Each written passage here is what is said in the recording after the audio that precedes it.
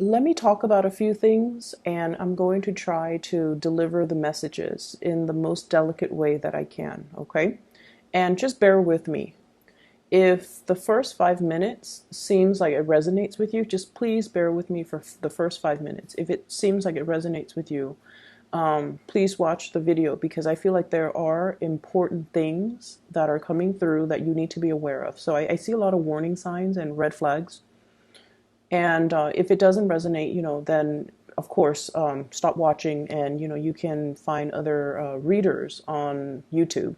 But I feel like there are some important messages that are coming through that you might need to hear in this reading. So if it pertains to you, please bear with me for the first 5 minutes and then move forward, okay? So first of all, what I see is I see this man, he's gliding and he has these artificial wings on. And he's gliding over mountains, over trees, and I feel like he's some type of a self-proclaimed like superhero. And he's looking around for signs, looking around for people who might be in danger, or he's just scoping the landscape, trying to find exciting things to look at. And then he hears like a help, help, help, like a distress signals. He hones in and then he sees this woman. She's like a damsel in distress. She's stuck in this tiny little crevice on the side of the mountain. There's probably like probably 2 feet, 2 feet of space. So she's stuck there on this crevice, and there's only 2 feet of space. And it's the side of the mountain. She doesn't know how to get down. She doesn't know. There is no way for her to climb back up to the cliff. There's no way for her to climb down because it's a really really far drop. Okay. And then he sees her. He's all like, "Okay, I'm gonna go save you. Hang in there." He lands on the crevice, 2 feet crevice. And then he goes, okay, I'm here, I'm going to save you. And then he tries to, get her away. And then he realizes, I have these artificial wings. I need a little bit of a running start before I can take off and soar. But the crevice is only 2 feet wide. It doesn't give him enough room to run, to gain momentum, and to get traction in order for him to especially, glide, okay? And so we're in a little bit of a quandary here. So the scene kind of cuts out. So what I'm feeling happening here and, the later part of February, you're definitely in a very, very generous, self-giving type of a mood, okay? We have here the Six of Pentacles. This is a card about generosity, wanting to help people, wanting to assist people, wanting to dish out advice, wanting to give financial assistance to others who might be in a less fortunate situation. I see this for a lot of fire signs. You guys want to right wrongs. You guys want to balance out injustices in the world. So I feel like this is a very magnanimous, loving, selfless energy about you. And you do a lot for other people too. And I feel like, going back to that image, it seems as if you're giving into a situation or you're trying to help somebody, but the Magician in the reverse, you might not exactly know how to go about it the right way, or they're only giving you a piece of the story and they're not giving you the complete picture. Okay, so there are two things at work here. The first thing is that, yes, you want to communicate and you want to be physically available to offer assistance in a situation. But in the process of offering assistance, in the process of giving that helping hand, like physically jumping in and helping somebody, you need to assess your surrounding, you need to assess your environment, and you need to make sure there is an exit strategy. Okay, so then what starts out as you going in to help this woman who's stuck on the side of the crevice of the mountain, then you both become stuck. Okay, so I feel like there is a situation here where we have to be a little bit more strategic. The Magician, this is somebody who knows the ins and out of a situation. They've already mastered the situation. When it's in the reverse position, I just feel like there are elements that you're not really taking into account. There are factors that you haven't considered. And it's sort of like, jump in first and then ask questions later, which might not be conducive to problem solving. When we problem solve, we have to know the ins and out, the beginning and the end, and we have to be able to look at a situation completely and thoroughly with full information in order for us to come up with the best and the most logical solution to that problem. So that's what I'm sensing here. And so the scene cuts, well, it weaves back in, and it's like a nighttime scene. And, so he and the woman have been waiting there for a really long time. It starts out in the daytime, and then the moon comes out, and they're both still on that crevice.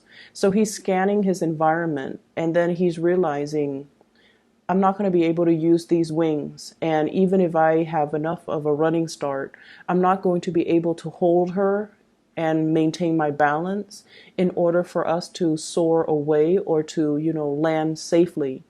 And so he takes off the artificial wings. He sets it down and he tells her, we're going to climb down this mountain. There are trees. We're going to, try our best to grab onto these branches and, gradually make our way down to the base of the mountains. And then he tells her, I'm going to give you these wings. You need to hold on to it for me. That way I can carry you, or you can, climb on my back, and then I'll get us down safely. And she's so scared that she's just like, she's afraid of heights, or she's just really traumatized and she's really scared. So she doesn't really budge. Okay. She's just really scared. And so he's getting frustrated trying to tell her, like, you need to help me. You can climb on my back, and then, I'll get you down safely. Trust me, trust me, trust me. And then finally she doesn't feel like she has a choice. And so she climbs on his back, and then it's like a really hard journey. It's a lot of work pulling his own weight, her weight, and the wings, in order for them to gradually climb down from one branch, from one little crevice to the next. And then finally they arrive at the base of the mountain, and then she just kind of takes off. She's so scared that, she didn't realize, oh, thank you so much for helping me. She just sort of takes off, and then it cuts out again. So what I'm feeling in this situation is you really need to examine your environment. There is something here about looking at a situation very carefully before you jump in. And there's an element as well. I feel like trauma, you might be dealing with somebody who has dealt with a lot of trauma. They can't think correctly. They can't tell you a story in a linear, chronological, order. They can't really make sense of a situation. So when you're interacting with them and communicating with them, they're only telling you things that are most prominent, but they're not really telling you the beginning to the end. And you're not really asking the right questions because you guys are very solution oriented. You want to jump over the past, and you want to, okay, we're here right now. Let's focus on the now. Let's find a solution. But I feel like there are things that you have to unravel and make sense of and understand from the past so that you can have a more comprehensive solution to that situation. Does that make sense? What I'm feeling is, I feel like for many of you, you're trying to get around a situation. Like there is a blockage in front of you. You're trying to get around it. And for some of you, legal issues. For others, I'm seeing institutions like, I'm seeing for many of you, like this is the card that came through, the Hierophant in the reverse position. It's a situation where the structure is very, very rigid, but there are a lot of loopholes. There are a lot of strategic maneuvering that you need to make in order for you to get around the situation. So if you were to kind of like attack it head on, you're not going to be able to gain traction. However, if you were to go back and look at the laws, look at the rules, look at the regulations, look at how things have been done in the past, look and study up, okay? He's reading a book here, so I feel like studying up, researching, being able to figure out logically how one thing connects to the other so that you can have full information before you can take on this task. So I feel like on the one hand, you want to help another person, you want to help a situation, you want to make a situation better. But in the process of getting involved, you find yourself very like pulled in, and you find yourself possibly emotionally swayed by another person, by their sob story, by the things that they're telling you. And I feel like you're only hearing things from their perspective. And yes, you're very generous and you want to help, but this situation can land you in hot water. So you need to be very, very, very careful about other people's intentions, what they're telling you, and whether or not they're telling you information that is important, or they're telling you information that is very subjective because, not because they're manipulative. I don't sense that. But because they could be dealing with trauma, and they could be giving you information that they think is important, but that doesn't really add to the fact finding that's necessary to arrive at a good solution. Does that make sense? I'm going to give you an example because I have some things that are coming out. Okay? So I feel like somebody is telling you the law says this, but I want you to do this. And there's some deviousness or there's some evasion of the law. Okay?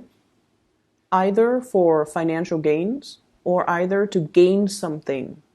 And in your mind, there are some red flags that are going off like, no, this is wrong because it's against the law. But I also feel like they're coming up with a very persuasive argument. And rather than focusing on the fact that, yes, it is against the law, they're focusing on the future, which is, yeah, but if you do this one thing, you're going to end up with all of these amazing opportunities and benefits. And they hype up the story and you feel very drawn to it because so the bottom line is we're focusing on the future. If everything goes according to plan, we're going to get all of these benefits. However, what if things don't go according to plan? The future is all speculative. And so I want you to be a little bit careful about dealing with people who speculate, dealing with people who paint you this beautiful, amazing story, and then you jump in and then you find yourself very, very stuck. So this is something I feel can be avoided and should be avoided.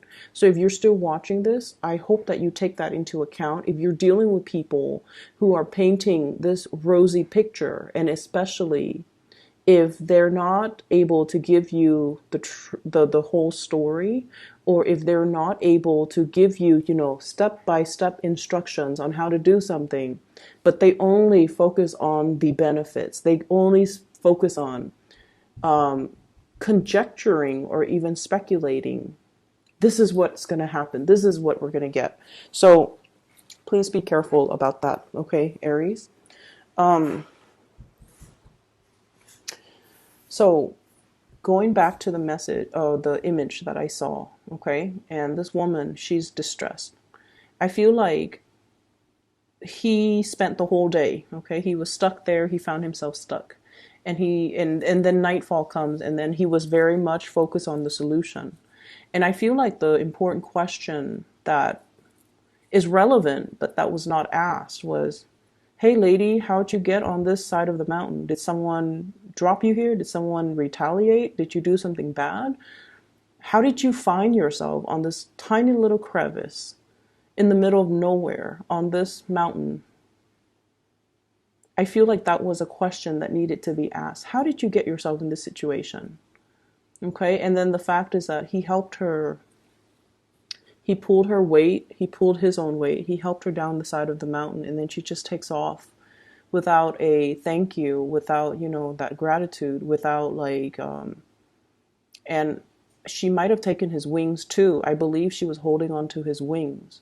And so he finds himself, at the base of the mountain, and he's like, okay, what's going to happen to him? So I feel like you kind of need to really think about yourself a little bit more and think about like, what's going to happen to me at the end of this? What if things don't go according to plan? What if I have to make a detour? Is there a plan B? Are there ramifications? Are there, pitfalls? Are there things that I can do differently to get the same results? So there are a lot of questions that I feel are not being asked, and there are a lot of things that I feel are not being planned accordingly. If you're dealing with a family situation, I feel like you guys, it might be a family environment. You want to jump in, you want to give your 100%, you want to offer financial assistance, you want to help the other person do something. But I feel like their track record might not, look at their track record, look at their actions in the past. Don't look at the things that they're hoping to achieve. Look at what their track record says about their ability to follow through, their ability to be truthful and honest, and to, implement plans, and to be self-sufficient, and to do things on their own. Because I feel like some of you might be giving financial assistance to a person because they're like, oh, I've got this great business idea. I need, X amount of money. Can you loan me that money? Because in the future, I'm going to make 10 times more, and then I'll pay you back as soon as it comes out. But they're not giving you a solid business proposal or even a business plan. How are they going to be able to practically execute their plan? Is it feasible? So really look at their track record. I don't see there's anything bad. I feel like the person, their heart's in the right place. But I feel almost like they might not have been completely reliable in the past. Okay, so that's just something I want you to focus on. Okay, on the other hand, there is another person that I'm seeing over here. I have here the Princess of Wands. Princess of Wands is in the reverse position. And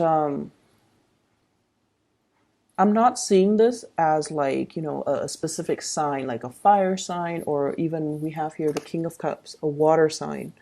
What I'm seeing is I saw this image that popped out, and it's like a cartoon animal, a cartoon creature. It's pink.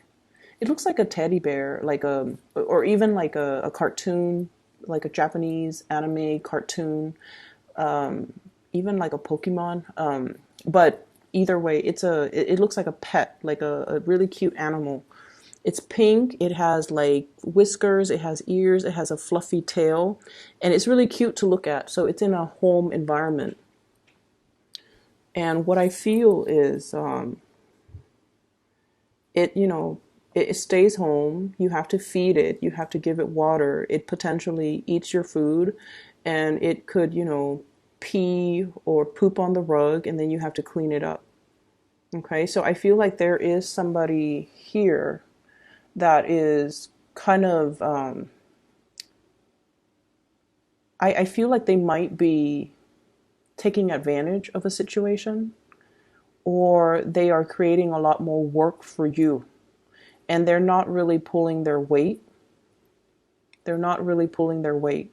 Sure, they're cute and cuddly and warm and comforting, and their presence is great.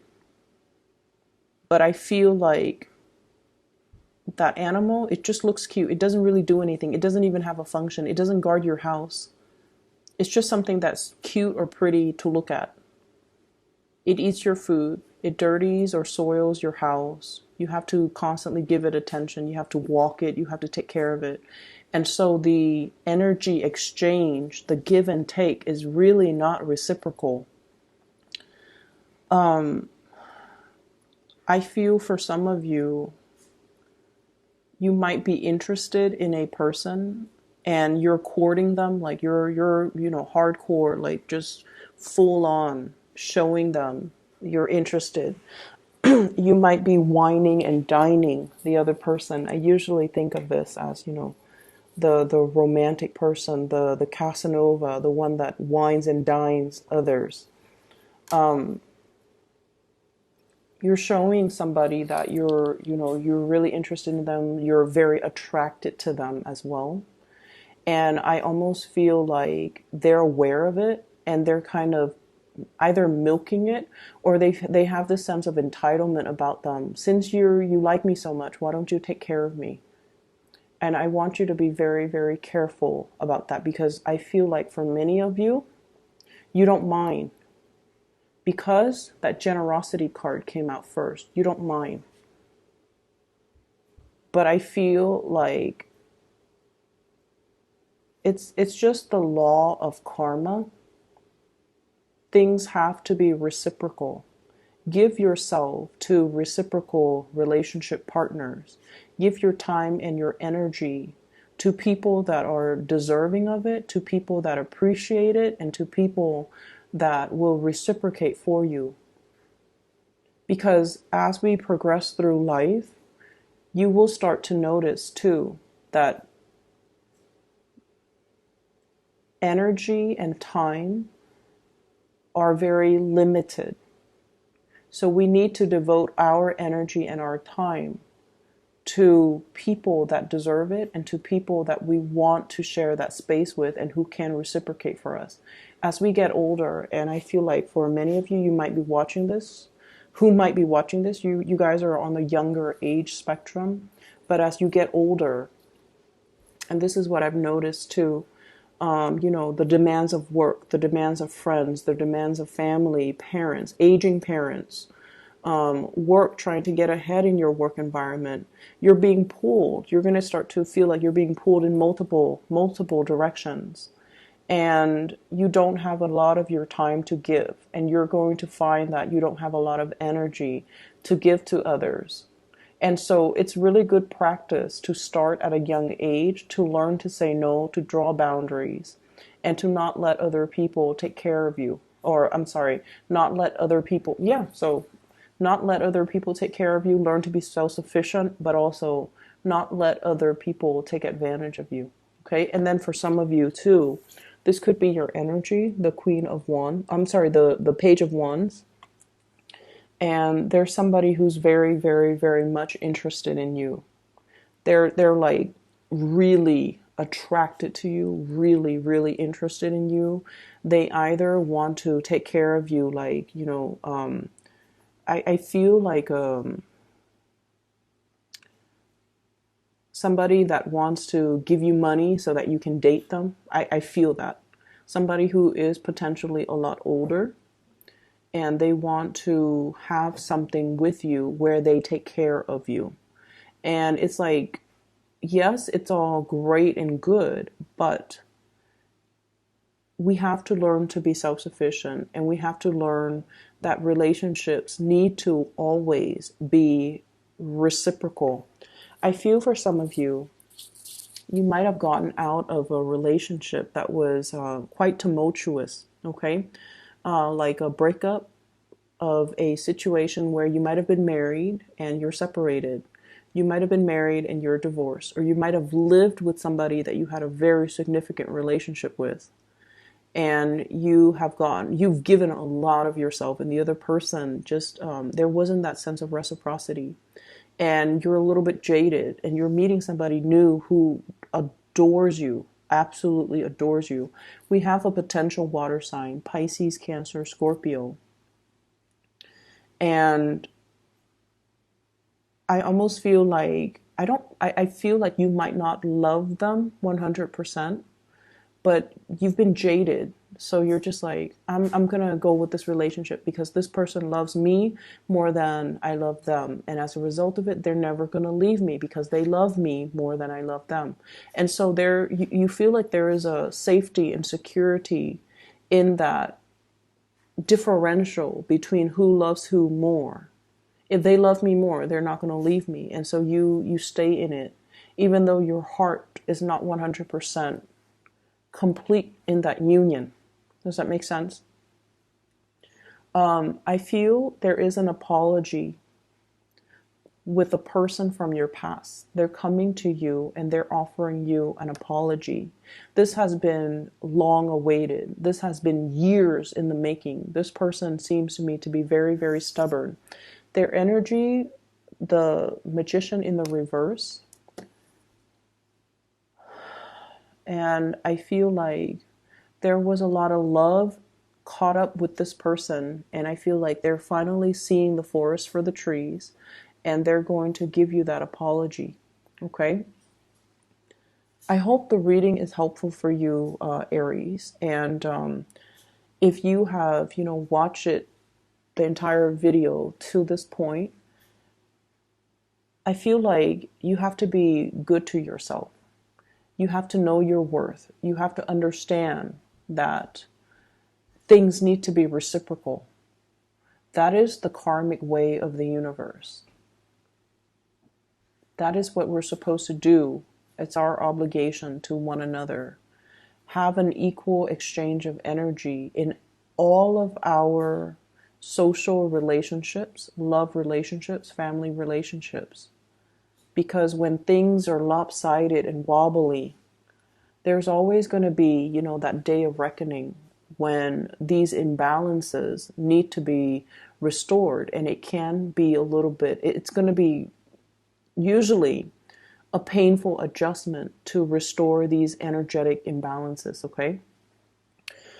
Your day of reckoning here is coming because we have here the Judgment card, communication, contact, and we have this situation here.